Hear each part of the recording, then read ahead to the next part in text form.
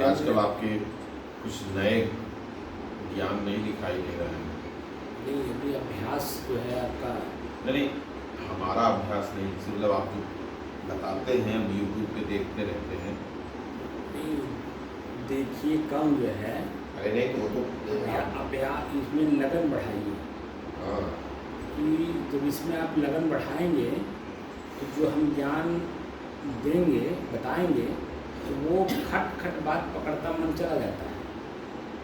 और अभ्यास ना करिए, अनभ्यास से विषम विद्या।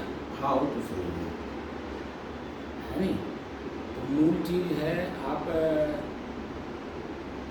स्वामी योगानंद जी का उनका अपना हिस्ट्री तो पढ़ेंगे। किसका? योगानंद जी का। अच्छा अच्छा।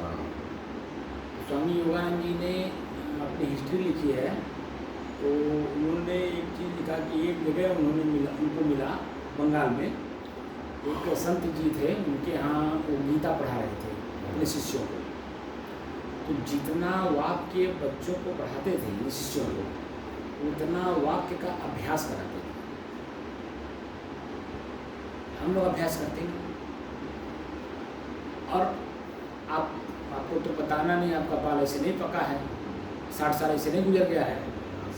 थ्योरी और प्रैक्टिकल, तो थ्योरी सिर्फ कान सुनता है, इस कान से निकाल देता है, लेकिन जो प्रैक्टिकल होता है वो अनुभव में आता है, भीतर जाता है, और उसी से हमारी ज़िंदगी चलती है। तो हमको ये जो अध्यात्म है, मैंने आपको बताया कि अध्यात्म है मैं कौन हूँ, इसका परिचय करना है। तो क्या ये शरीर, स्थूल शरीर मैं हूँ? तो आपको ज्ञान ही लेना है, तो आप बताइए क्या ये स्थूल शरीर मैं हूँ? नहीं, स्थूल शरीर तो मैं हूँ नहीं। तो जब स्थूल शरीर नहीं हूँ, तो स्थूल शरीर का एक पार्ट है आँख। तो आँख से देखा हुआ दृश्य क्या मैं हूँ?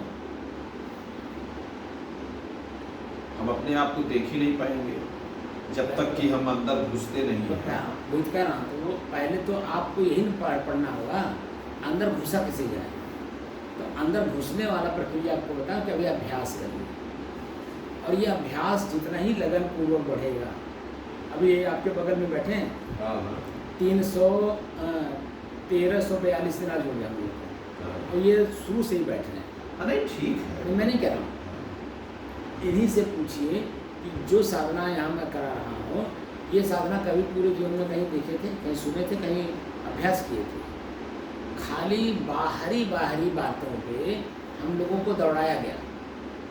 और गुरु कबीर क्या कहते हैं कि दौड़त दौड़त दौड़िया, जहलग मन की दौड़, दौड़ भया मन थिर भया, वस्तु ठौर की ठौर। वस्तु पास में है और हम ढूंढ रहे हैं बाहर। तो बाहर के बजाय अंदर कैसे घर में प्रवेश किया जाए, ताला कैसे खोला जाए, चाबी कौन सी है, ठीक है ना? तो अंदर प्रवेश कैसे करें, प्रवेश करने के बाद अंदर जो सामान रखे हुए उनका प्रयोग कब कब करना है, कैसे करना है, किस रूप में करना है, क्योंकि रखा मैं ही हूँ। घर में सामान रख करके बाहर से दरवाज़ा लगा के ताला मैं ही बंद किया हूँ। अब अपने ही घर में घुसने के लिए एक बार अपने को मेहनत करना पड़ रहा है। जैसे किसी किराएदार को अपने घर में बसा दीजिए, तो देखिए उसको निकालने में कितना मशक्क़त करनी पड़ती है। आपके सामने बहुत प्रकरण आया होगा, सही है, मशक्क़त करनी पड़ती है नहीं? ऐसे ही हमने अपने ही घर में एक किराएदार बसा लिया। हाँ, जो कूड़ा करकट बसा लिया है उसको कैसे निकाला जाए। तो अब थोड़ा सा मेहनत करना होगा, और मेहनत ऐसी के साथ करना है जो उसके विशेषज्ञ हों। तो संत के अलावा विशेषज्ञ कोई है या नहीं? विद्वान हो सकते हैं, सही है, विद्वान हो सकते हैं, ठीक है, अपनी विद्वता के बल पर वो अपनी प्रशंसा और सब कुछ ले सकते हैं, लेकिन स्थिरता उनमें भी नहीं दिखती है। मैं तो सबके बीच में रहता हूँ ना, सबको देखता हूँ, तो सबको देखने के बाद ये पता चलता है कि इनका पूर्व जन्म का कमाई ये खा रहे हैं भले, लेकिन आज कुछ कमाई नहीं कर रहे हैं उसके लिए। जब नहीं कमाई करेंगे तो क्या होगा आप बताइए? तो जो रहेगा वो खा करके ख़त्म कर देंगे, बाकी हल्के हो जाएंगे, क्योंकि कुछ रह ही नहीं जाएगा। फिर आगे के लिए फिर मेहनत करना पड़ेगा, खूब मेहनत करना पड़ेगा, तब जा कर के उस लेवल पे आप आएंगे। इसलिए थोड़ा सा मेहनत करिए अभ्यास करने का, और जब अभ्यास करेंगे खूब तो वो जो हम बोलते हैं, अभी उस लेवल पे आप हैं नहीं, वो खाली हैं नहीं, वो नहीं, तो सही है। इसीलिए मैं आपके सामने भी नहीं बोल रहा हूँ, नहीं बोलने खाली में आपका अभ्यास करना है। नहीं बाबा, ऐसा है, ये हम नहीं कह रहे कि आप मेरे सामने बोलना या हमको बताना, ये हमने ये कहा है कि जो आपका ऑनलाइन में देखता रहता हूँ तो मैं उसमें सुनता रहता हूँ। तो ये बात सही है, अभ्यास और सिद्धांत दोनों अलग अलग चीज़ें हैं। अभ्यास तो आपको करना है और सिद्धांत आपको सुनना है। आपका काम, आपने एक शब्द बोला है, अपने अपने शब्द पे स्थिर रहिएगा कि मुझे क्या प्राप्त करना है? कौन सा शब्द बोले हैं? अध्यात्म ये भागवत प्राप्ति। हाँ, भगवत प्राप्ति। हाँ भगवत प्राप्ति के शब्द बोले हैं। हाँ, तो भगवत प्राप्ति कैसे होगा? बस वही रास्ता हमको लेना है। तो वही रास्ते पे आपको ले चल रहा हूँ। वही रास्ता है। ठीक है, उसका अभी भगवत शब्द का वो जो शब्दार्थ है वो तो अभी बताया नहीं हूँ मैं आपको। नहीं नहीं अभी नहीं आता। हाँ, तो अभी जब बताया नहीं हूँ तो जो बताऊँगा। अब आप उसकी व्याख्या करेंगे वो बात सही है और होना भी चाहिए, लेकिन हमारा जो उद्देश्य है भगवत प्राप्ति का मतलब जो हम समझते हैं, जो हम अपने हिसाब से समझते हैं, हमारा मतलब है कि सांसारिकता से विरक्त हो जाना। उसके पीछे कारण भी मैं आपको बता दूं क्लियर कर, क्योंकि मैं अपनी सारी लायबिलिटीज़ को ख़त्म कर चुका हूँ, तो अब मैं चाहता हूँ कि मुझे केवल एक बिंदु दिखाई पड़े कि हाँ बस ये बोर्ड है, हम ये ना देखें कि बाबा यहाँ बैठे हैं, ये यहाँ बैठे हैं। बस हमारा एक सूत्री कार्यक्रम अब मेरा केवल यही है कि मैं चाहे वो भगवान कह लीजिए, चाहे वो अध्यात्म कह लीजिए, चाहे किसी मतलब एक सूत्र हो कि मैं अपने आप को विरक्त करूँ, मुझे अब कोई चिंता नहीं है, चिंता मुक्त हो जाऊँ। सूत्री मैं कह रहा हूँ कि हाँ। अगर आपको भगवत प्राप्ति करनी है तो उसी रास्ते पे आप चलना होगा। हाँ ना? बिल्कुल चलना है। हाँ, क्योंकि उसके बारे में ABCD आपको नहीं पता है। कुछ नहीं, जीरो है। हाँ, इसीलिए तो अब आपको ऊपर उठाना है हमें।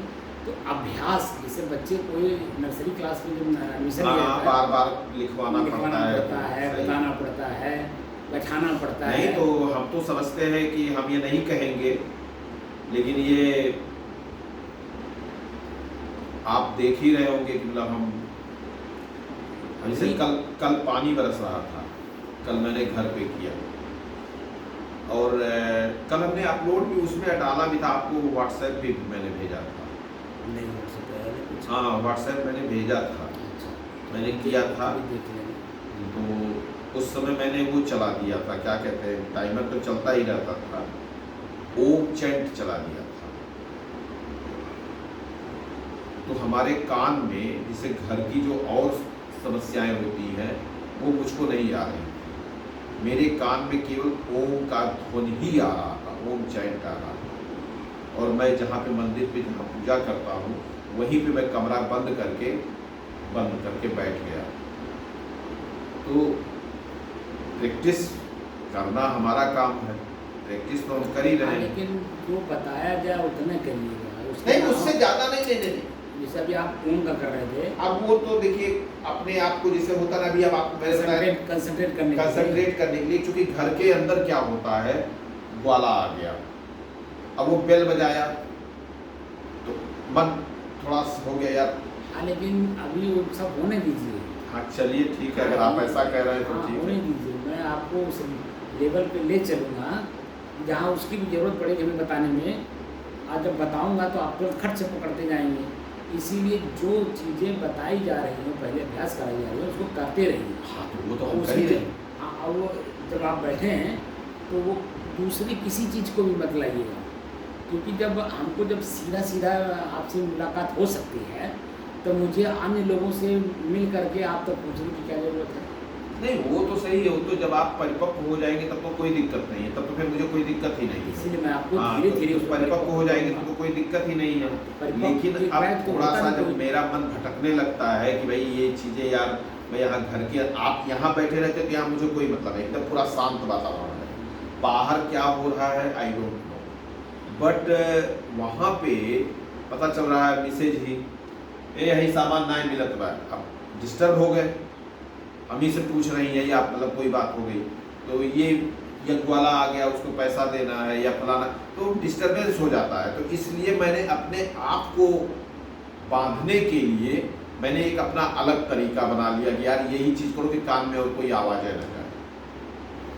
नहीं तो आपको दूसरी चीज़ों को रास्ता पकड़ना नहीं, क्योंकि इसमें भटकाव आ जाता है। हम जो रास्ता सीधे से लेके चल रहे हैं आपको, उस सीधे रास्ते पे चलिए, ये सब घटनाएं होने दीजिए। चलिए ठीक है। घटनाएं नहीं होंगी तो जब आगे हम आपको और चीज़ें बताएंगे तो कैसे समझेंगे आप? इसलिए घटनाओं को घटने दीजिए ठीक और है। सीधे खाली एक रास्ता आप चलिए। हाँ तो वो तो चल ही रहे हैं। बस बात समझ में आ रही है ना? एक रास्ता चलिए।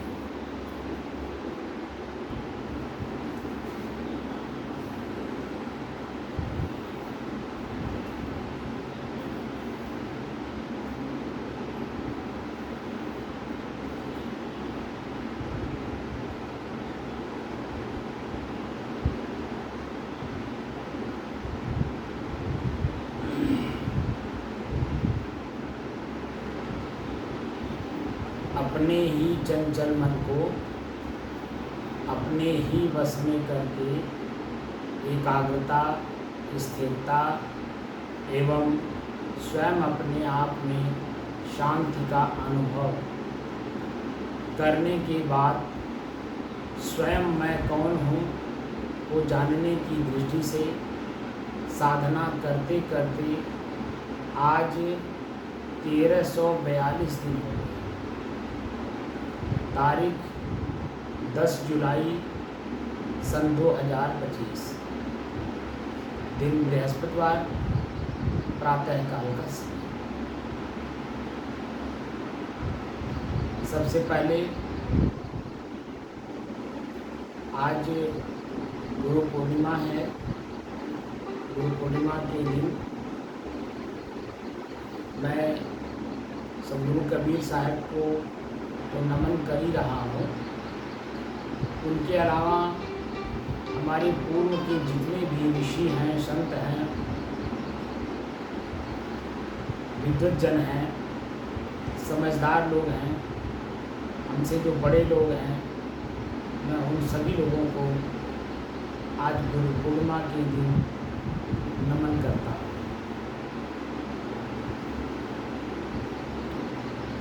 गुरु 8 प्रकार के होते हैं, आपको पता है कि नहीं? जी, गुरु 8 प्रकार के होते हैं। 8 प्रकार। तो माता पिता, हाँ, वो भी गुरु ही है। फर्स्ट गुरु माँ है, सेकंड पिता है, उसके बाद समाज के ज्ञान देने वाले अनेकों गुरु हैं। ठीक है। उसके बाद 8वां गुरु जो हमें अध्यात्म में प्रवेश करा करके मैं कौन हूँ का परिचय कराए और हमें अपने ही बंधनों से मुक्त कराए। तो महत्वपूर्ण है जो अध्यात्म है, अध्यात्म के कारण ये गुरु पूर्णिमा का दिन मनाया जाता है। गुरु पूरा होता है शिष्य को जिस दिन अपने गोद में लेता है और गोद में ले करके 25 साल की अवस्था तक, जिसको पहले गुरुकुल कहा जाता था, 25 साल की अवस्था तक उसे अपने गुरुकुल में रख करके अनेकों प्रकार का ज्ञान, सामाजिक, पारिवारिक, आध्यात्मिक, आर्थिक, हर प्रकार का ज्ञान दे करके उसे परिपक्व करके फिर अगर वो संन्यास मार्ग में जा रहा है सीधे ब्रह्मचर्य से, तो फिर उसको 25 साल तक ब्रह्मचर्य का पूरा, अध्यात्म का, संन्यास का पूरा ज्ञान कराया जाता है। लेकिन जो डायरेक्ट संन्यास में नहीं जा पाते थे उनको फिर घुमा करके ले जाया जाता था संन्यास में। तो क्या किया जाता था कि ब्रह्मचर्य के बाद सीधे गृहस्थ आश्रम, गृहस्थ आश्रम में जो हमारे ऋषियों ने, संतों ने, मुनियों ने नियम लिखा है, उस नियम में वासना पूर्ति के लिए सिर्फ एक बार संभोग की बात लिखा है, पहली लाइन में ऊपर सबसे पहले। तो वो क्यों लिखा? इसलिए लिखा कि सिर्फ उसे देखना, जानना, समझना और देखने, जानने, समझने के बाद अपने आप को उससे वंचित रखना, यानी अलग रखना, ताकि दोबारा वो कर्म हमसे ना हो। लेकिन कुछ लोगों ने प्रश्न किया, हमारा वंश नहीं चला, हमारी इच्छा नहीं पूरी हुई, हम उसे जान नहीं पाए, उसे हम देख नहीं पाए, तो उन्होंने लिखा कि 2 बार, यानी 12 साल पे, एक प्रथम बार, एक 12 साल के बाद, 2 बार पूरे 25 साल में। फिर प्रश्न कर दिया लोगों ने, हमारा वंश नहीं चला, इच्छा नहीं पूरी हुई, तमाम प्रश्न। तो 5 बार, 5 बार से फिर 2.5 साल पे लाए, 2.5 साल के बाद फिर 1 साल पे लाए, और 1 साल के बाद फिर वही प्रश्न उठा। तो ऋषियों ने लिखा कि अपने सर पे कफन बांध लीजिए, अब जो इच्छा सो करिए।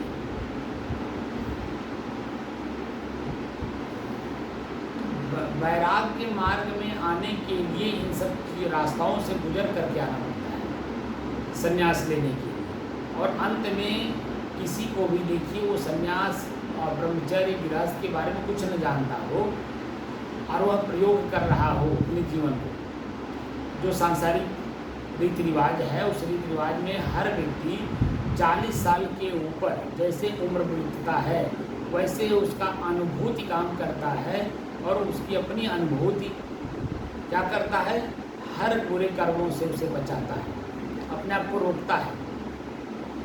क्योंकि वह 40 साल की अवस्था तक मस्ती में बच्चों की तरह हर वस्तु को छू करके देखता है, उसकी अच्छाई और बुराई दोनों जान लेता है। और जानने के बाद धीरे धीरे 40 साल के बाद वो धीरे धीरे हर चीज़ को छोड़ता है। आप किसी भी पुराने समय के वृद्ध को देखेंगे जो समझदार हैं, वह जब बच्चे बड़े हो जाते हैं तो अपने आप को बच्चों से दूर कर रहते, परिवार में ही है लेकिन अपने आप को दूर रखते हैं।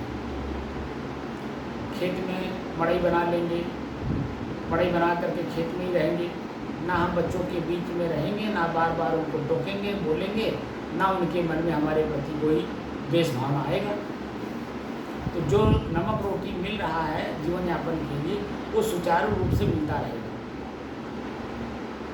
और जो लोग इन सब चीज़ों पे ध्यान नहीं देते हैं, परिवार में रहते हुए भी परिवार के ऊपर चढ़े रहते हैं, आज ये नहीं हुआ, आज ये नहीं हुआ, आज ये हुआ, तो उससे बच्चों के मन में खिन्नता पैदा होती है। होता क्या है, वही परिवार में रहते हुए भी उनका कोई आदर सत्कार भाव नहीं रहता। तो गुरु शब्द का जो महत्व दिया गया, गो नाम अंधकार रो नाम प्रकाश, तो अंधकार से प्रकाश की ओर ले जाने वाला जो हमें मार्ग का अनुसरण कराता है वह गुरु होता है। तो अंधकार क्या है, जिससे हमें प्रकाश की ओर आना है। हम अपने ही जीवन में बुराइयां इतना कर चुके हैं इसी शरीर से कि वह अंधकार है, यानी तनाव देता है, चिंता व्यक्त करता है और चिंता के कारण हमारा मन मस्तिष्क शरीर सब कुछ देखिए तो रोगी हो जाता है। तो उसी बुराई से अपने आप को हम मुक्त कैसे करें, इसके बारे में जो जानकारी हमें दे वह गुरु है। और मेरी जो स्थिति है वर्तमान की, वो तनाव नहीं, चिंता नहीं, बल्कि चिंता मुक्त होकर के एकदम प्रसन्न मुद्रा में हम 24 घंटा रहें। क्योंकि भगवान कृष्ण से किसी ने प्रश्न पूछा कि ब्रह्म क्या है, तो भगवान कृष्ण ने ब्रह्म का उदाहरण देते हुए 18वें अध्याय के 54वें श्लोक में इसका बहुत अच्छा व्याख्या किया है कि ब्रह्म भूत है प्रसन्नात्मा। ब्रह्म क्या है, एक भूत, एक पदार्थ है। वो क्या है, आपके चित्त की प्रसन्नता। लेकिन आगे क्या कह रहे हैं, न सोचते न कांक्षते। जिस समय में आपके मन में कोई कामना इच्छा वासना नहीं है, उस समय की जो स्थिति है आपके मन की, वह ब्रह्म है। तो अब आपकी उम्र इस समय 61 साल हो गई। 61 साल में जो भी आपने पूर्व में कर्म किया है, जो भी कर्म किया हो, तो जो अच्छे कर्म हुए होंगे वो तो याद नहीं आएगा। सही। लेकिन जो कहीं गड़बड़ हो गया होगा किसी भी प्रकार से, वही बार बार दिमाग में चलेगा और वही चिंता व्यक्त कराएगा। उस चिंता से हम मुक्त कैसे हो, इसी का आपको पाठ पढ़ना है। तो पाठ पढ़ने के लिए आप जो अध्यात्म का रास्ता अपनाया है, उस रास्ते पर सिर्फ एक रास्ता पकड़ करके चलिए, हाईवे। लिंक रोड पकड़ेंगे तो कष्ट सहेंगे, हाईवे पकड़ेंगे तो कोई कष्ट नहीं है। हम अपनी रफ्तार से आराम से अपनी मंजिल पर पहुंच जाएंगे, जो मेरा लक्ष्य है। लेकिन हम हाईवे छोड़ करके लिंक भी पकड़ते रहें।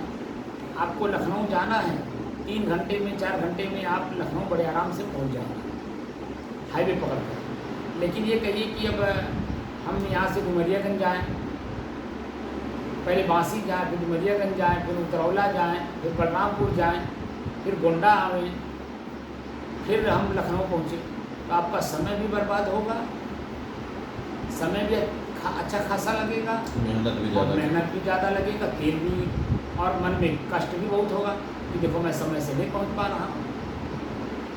इसलिए आपको लिंक रोड पकड़ने की ज़रूरत नहीं है।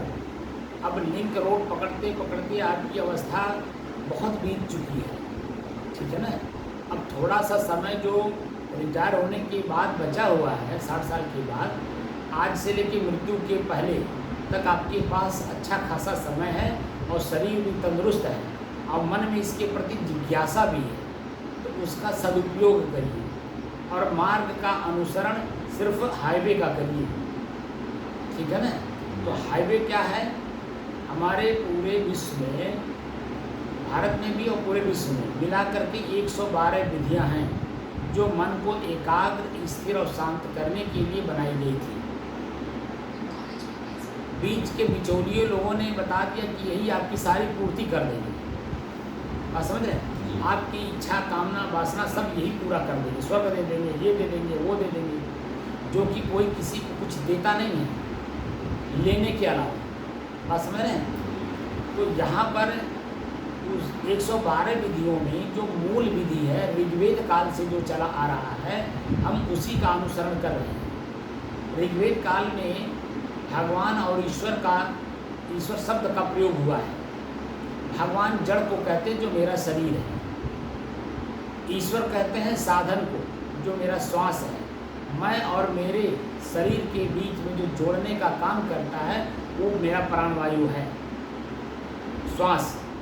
तो इसी श्वास को हमें देखते देखते अपने आप तक पहुंचना, क्योंकि श्वास ही एक ऐसा साधन है जो मुझे अपने आप तक ले जाता है। इसका खूब अभ्यास करना है, लगातार 24 घंटे तक। अगर हम इसका अभ्यास बना लें तो 24 घंटे में बहुत सी ऐसी क्रियाएं शरीर के साथ होती हैं जिसको सबको जीतना होता है। जैसे भूख है, प्यास है, नींद है, आलस है, बीमारी है, तमाम तरह के कर्म ऐसे हैं जिसको सबको जीतना पड़ेगा, और 24 घंटे तब जा कर के आप लगातार बैठते हैं। तो जो मैंने अभी आपको बताया, जो भी जब घर में बैठिए, जो घटनाएं घट रही हैं उन घटनाओं को भी आपको दृष्टा दृश्य के रूप में देखना होगा। बात समझ रहे हैं। अभी हम अभ्यास करा रहे हैं, इसलिए कि अभी आपको और जानकारी देने लगेंगे तो अभ्यास छूट जाएगा, और अभ्यास जो छूट जाएगा तो हम बातें बता देंगे, लेकिन वो बातें स्थिर रूप हमारे अंदर में नहीं रह पाएगा, वो हवा में उड़ जाएगा। इसलिए मैं चाहता हूँ कि जो भी अभ्यास आपको करना है वो दृष्टा दृश्य के रूप में ही करेंगे। घर में करिए या यहाँ स्थान में करिए। वैसे तो आपको चाहिए कि इसी स्थान में सुबह साथ दोनों टाइम लगन लगाएं, क्योंकि अब तक तो समाज को, परिवार को, शरीर को खूब संवारा है आपने, और अंत में मिला क्या, और अभी भी आगे क्या मिलेगा। तो इसलिए जो मिलने वाली मूल तत्व है, स्वयं मैं कौन हूँ का परिचय, जितना अभ्यास बढ़ाएंगे, जितना इसमें लगन से आप अपने काम को करेंगे, उतनी ही जल्दी आप उस शब्द को पकड़ पाएंगे जिस शब्द के माध्यम से हमें ऊपर चढ़ना है। सदगुरु कबीर का एक साखी है कि सुरहुर पेड़ अगाध फल, पंछी मरिया झोर, चढ़े तो चाखे प्रेम रस और गिरे तो चकनाचूर।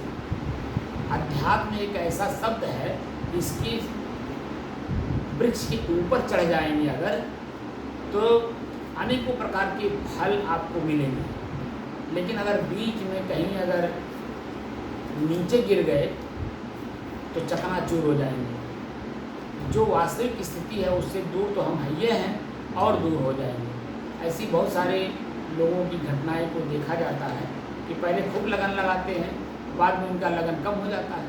और जब, क्योंकि इसमें बाहर से कुछ दिखाई नहीं देता है कि कुछ मिल रहा है, ये भीतर से महसूस होता है। वेदना और संवेदना दो शब्द हैं पूर्व के शब्दों में। तो वेदना माने कष्ट होता है और संवेदना माने सुख होता है। जब आप ध्यान में बैठेंगे घर में तो आप ध्यान अभ्यास तो करेंगे श्वास का, लेकिन बीच में पत्नी जी कुछ बोल गई, ग्वाला आए दूध देने के लिए गर्मी बजा दी, उस समय में आपको कष्ट होगा, उनके बोलने से कष्ट महसूस होगा। कि मैं देखो ध्यान में बैठा हूँ, इन लोगों को ये नहीं ध्यान है कि ध्यान में बैठे कम से कम 1 घंटा तो बैठ लेने दें। तो ये जो मन में प्रश्न उठेगा, ये प्रश्न भी हल करना है ना। इस प्रश्न को हल करने के लिए आपको जो घटनाएं वर्तमान में घट रही हैं उनको भी दृष्टा दृश्य के रूप में ही देखेंगे, बल्कि आपके द्वारा उन्हें सुख मिलना चाहिए। और जब आप उनको सुख देंगे तो वो आपको भी सुख देंगे। लेकिन आपके वाणी में अगर कोई ऐसा शब्द आ जाए जिससे उनको कष्ट हो, पीड़ा हो, तो जब आप शब्द निकाले उनको पीड़ा हुआ तो उनके मुख से जो शब्द निकलेगा उससे आपको पीड़ा होगी। और कर्म का सिद्धांत ये कहता है कि जो हम देते हैं दूसरे को वही मुझे प्रतिक्रिया के रूप में मिलता है। तो क्यों ना हम सुख दें, क्यों हम किसी को कष्ट दें, पीड़ा दें, दर्द दें? क्योंकि जब मुझे ही लौट करके मिलना है तो क्यों ना हम सुख दें, आनंद दें, उत्साह दें। इसलिए इनका भी आपको अभ्यास करना होगा कि अगर वो लोग कुछ कहते हैं और आप साधना में हैं, आपको कष्ट महसूस नहीं होना चाहिए, बल्कि खुशी खुशी उठ करके उस काम को कर लीजिए, फिर बैठिए और उनको धीरे से बता दीजिए कि जब तक मैं बैठूँ बोलना नहीं, मुझे जगाना नहीं, मुझे कुछ इशारा नहीं करना, कम से कम 1 घंटा तो बैठने दो, बाकी 23 घंटा तो तुम्हारे साथ। तो धीरे धीरे धीरे धीरे मन के अंदर में जो और चीज़ें रहेंगी ना वो सब धीरे धीरे साफ होंगी, और जो आप मूल तत्व हो उसको वहाँ तक पहुँचने में कामयाबी मिलेगी। बात हमारी समझ में आ गई? जी जी जी जी, अब तो एकदम। अभी तो बहुत सारे ऐसे नहीं प्रश्न बताया उठाएंगे तो, हाँ, मन वही में। बताया ना कि आदमी उलझन में तो रहता ही है, उलझ जाता है। हाँ, तो उलझना नहीं है, हम लोगों को सुलझना है, तो उलझने वाला काम नहीं करना।